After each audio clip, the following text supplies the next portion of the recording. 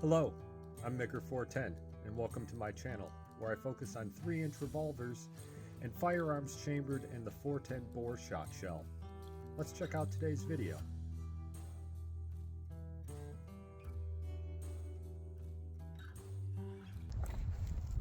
Hello everyone, and thank you for tuning in to today's video.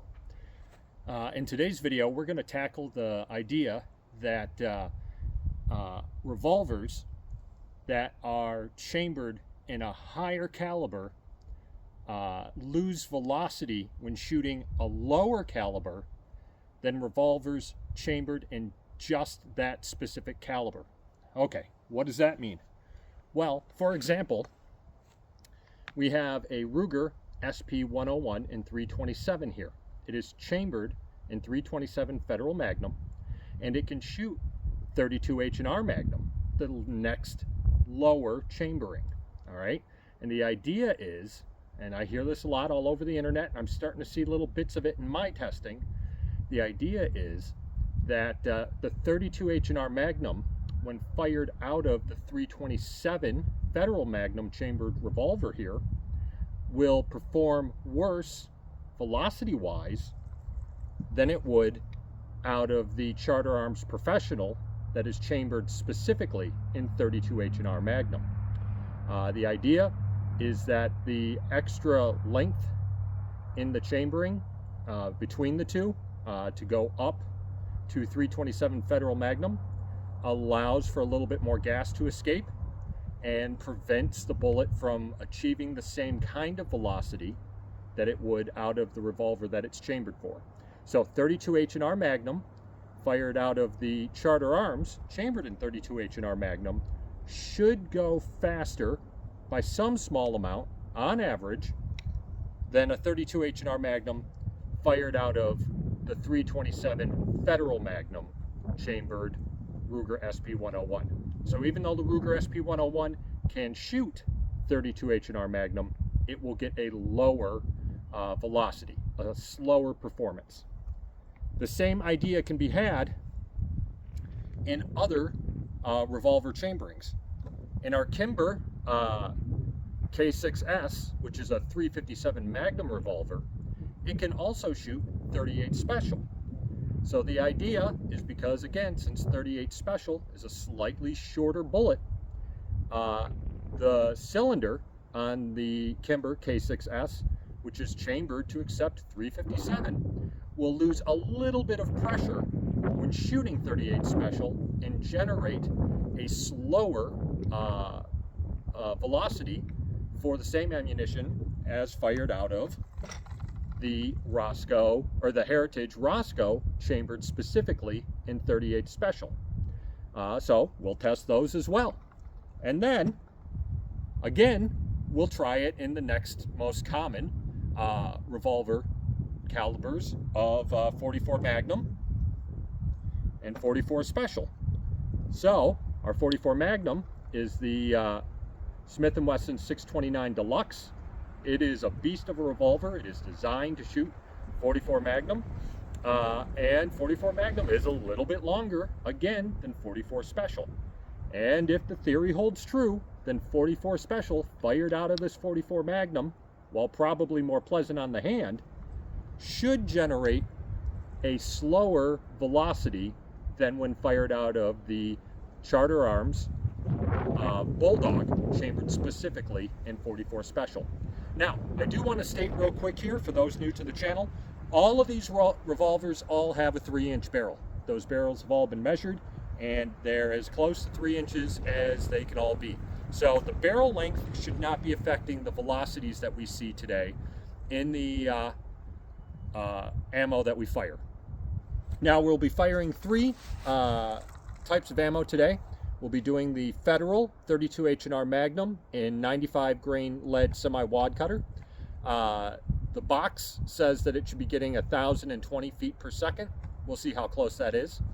Then we'll be doing Range Dynamics 38 Special full metal jacket, 130 grain out of our 357 and 38 Special revolvers. And the box says that it should be getting 950 feet per second. Again, we'll see how close that is. Those revolver or those velocities listed are usually shot out of larger barrels than what we shoot on this channel, 4-inch, 6-inch, something like that. So we usually get smaller or lower velocities than what's listed on the box, but it's always interesting to see how close we can get. And we have Underwood, oh man, well, it is a Full Metal Jacket flat nose. I don't remember, and I don't have it written right on the back. It's underneath the flap there, and it is 245 grains, and they are claiming 950 feet per second out of this as well. So that's what we should be getting, or we should be getting somewhere close to those numbers, and we should be getting the closest to those numbers from the revolvers specifically chambered in these calibers. And the 327 Federal Magnum, the 357 Magnum, and the 44 Magnum should all do slightly worse if the theory holds true that firing the smaller caliber lengthwise in the revolver that is chambered for the next caliber up does allow for some gas to escape and reduce the velocity. So I'm going to change my position. I'm going to get the camera set up so that you can see me shooting and you can see the little target shooting down there. I'm just aiming at a big steel plate at about 10 yards. We'll see if I can hit anything. It's the first time I've gotten a shot in forever. I'm just glad to be out here again, and I hope you guys enjoy this video, and I hope we can find some interesting information. Just a moment. Okay guys, we're going to start up with the Charter Arms 32 H&R Magnum, Federal 95 grain lead semi-wad cutter. We're going to do 5 shots of each.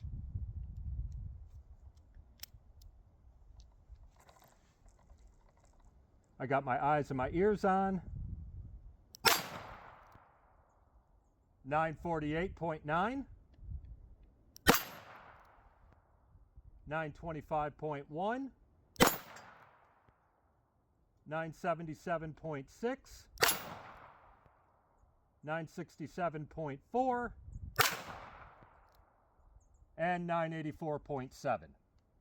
Okay, so our average there is 960 feet per second. Let's find out if the Ruger SP101 can get close to that average, or if there's a significant difference between the two.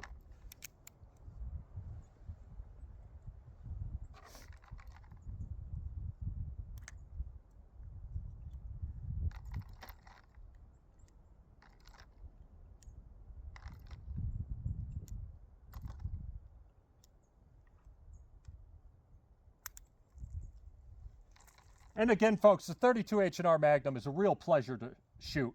I really do feel quite comfortable shooting it. Let's see here. 919, okay. 898, all right.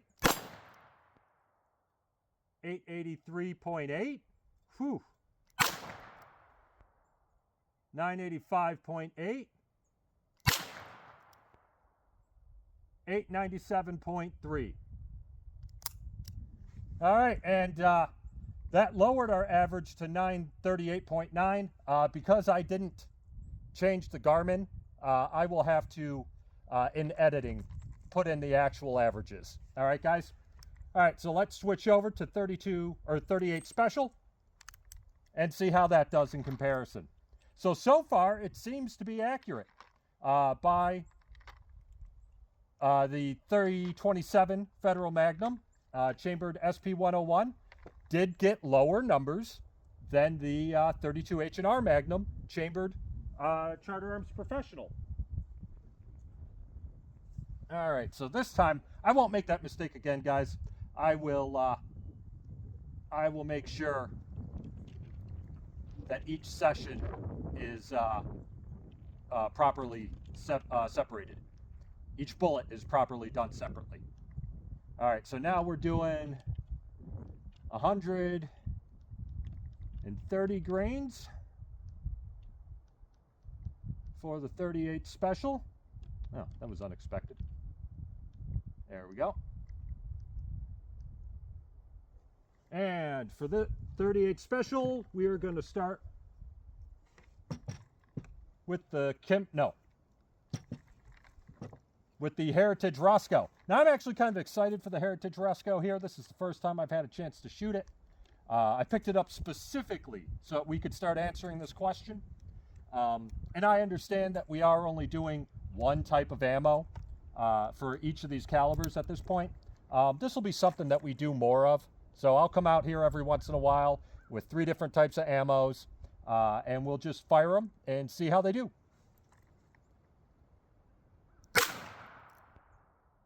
.804, 796,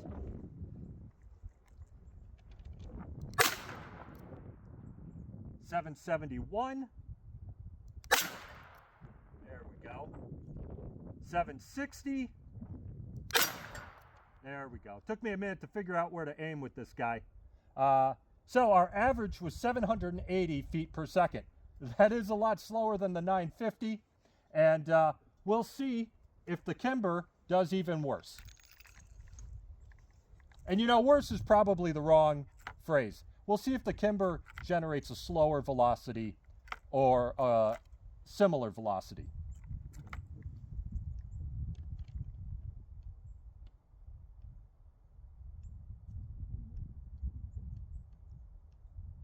All right, starting up a new session here for the Kimber.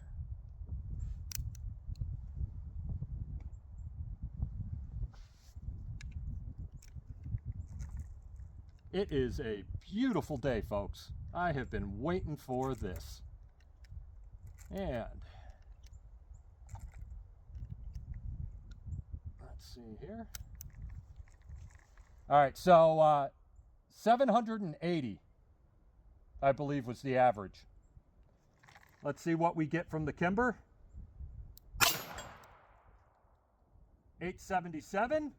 Man, I'm going to have to double check now. I totally forgot what the Heritage was getting. 840.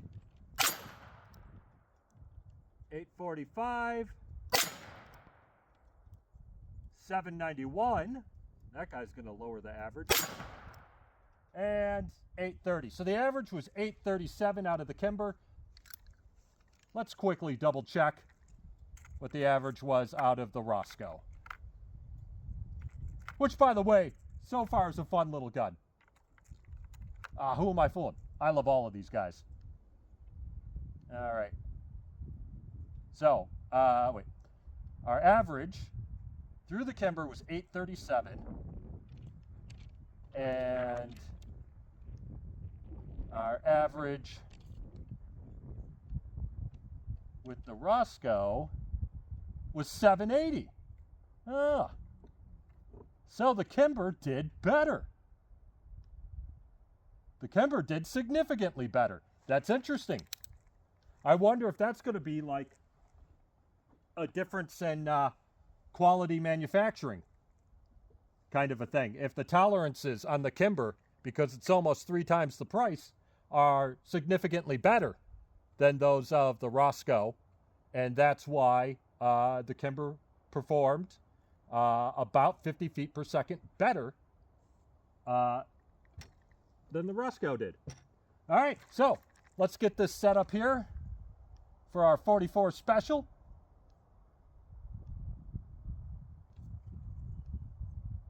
This guy is a beast at 245 grains, and it is Underwood does just call these full metal jackets.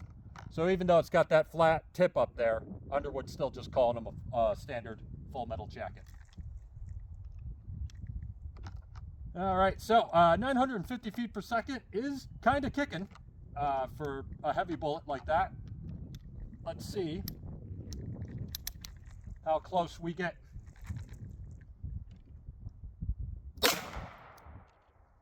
.927. I like that. That's pretty good. 888. There we go. 864, 886, whew, and 871. So our average there is 887 out of the Smith & Wesson, 629, 887. All right.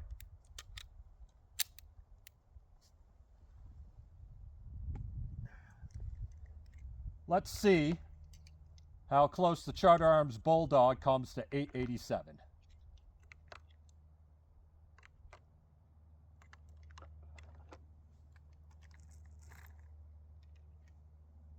Now that was actually very pleasant to shoot these 44 specials out of the 629. Let's see how well it does out of the Charter Arms.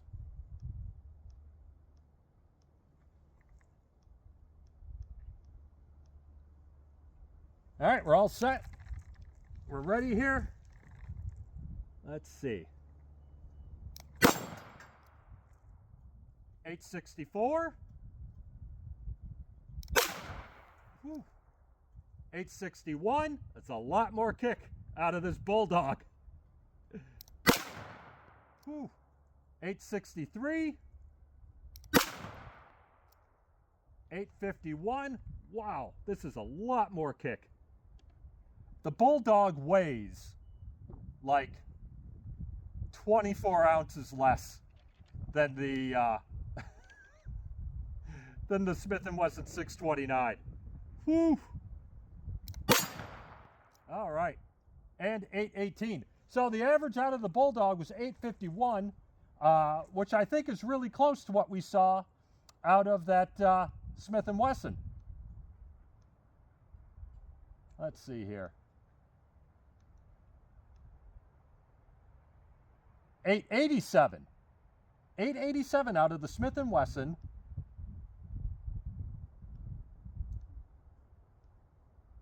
And 851 out of the Charter Arms Bulldog.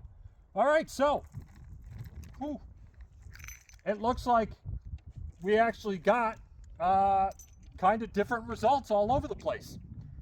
The Charter Arms Bulldog was a little bit slower than the Smith & Wesson 629. The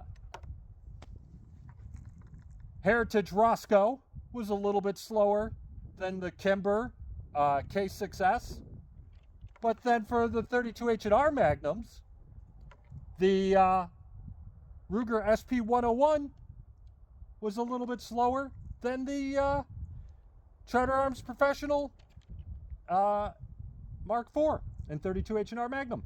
That was very interesting to me. That's not the results I was expecting at all.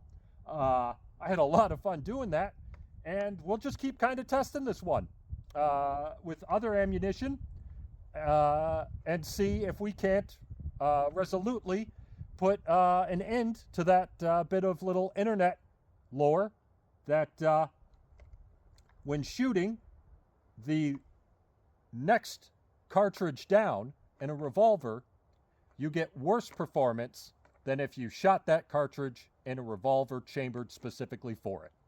Thank you for tuning in, everyone. I had a lot of fun, and I hope you join me for other videos in the future. Bye.